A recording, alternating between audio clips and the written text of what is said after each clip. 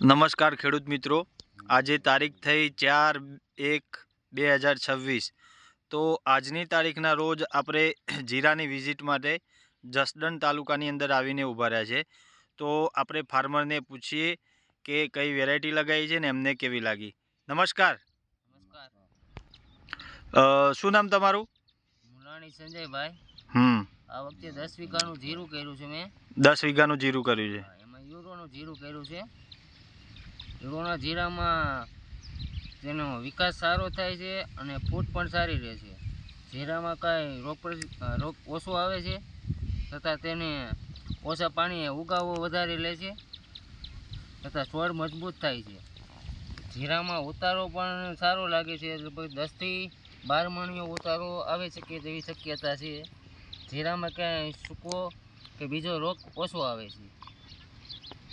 તો જીરામાં તમારે બીજી વેરાયટી કરતાં યુરોસ કંપની યુરો વાવેતર કરવું જોઈએ, તે સારું છે અને બેસ્ટ ક્વોલિટી છે। અને ખેડૂત મિત્રો, છેલ્લા 10 વર્ષથી આ એરિયાની અંદર આપણી અરોજ યુરોનું વાવેતર થઈ રહેલું છે અને ખેડૂત મિત્રોના સારા રિસ્પોન્સ પણ મળે છે આપણને। તો તમે જોવો છો કે આની ઉપર કોઈ લોગો કે કોઈ માર્કો આવતો નથી, માત્ર તમારે યાદ રાખવાનું છે અરોજ યુરો। તો બીજા ખેડૂત મિત્રોને આપણે આ વેરાયટી વિશે કંઈક માહિતી આપવી હોય તો શું અપાય?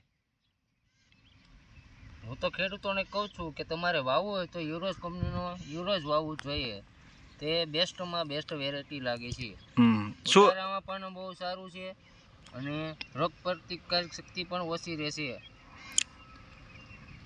નામ શું તમારું? સંજયભાઈ મુલાણી, શિવરાજપુર ને? અને આપણો મોબાઈલ નંબર? 72 029 50 8 91।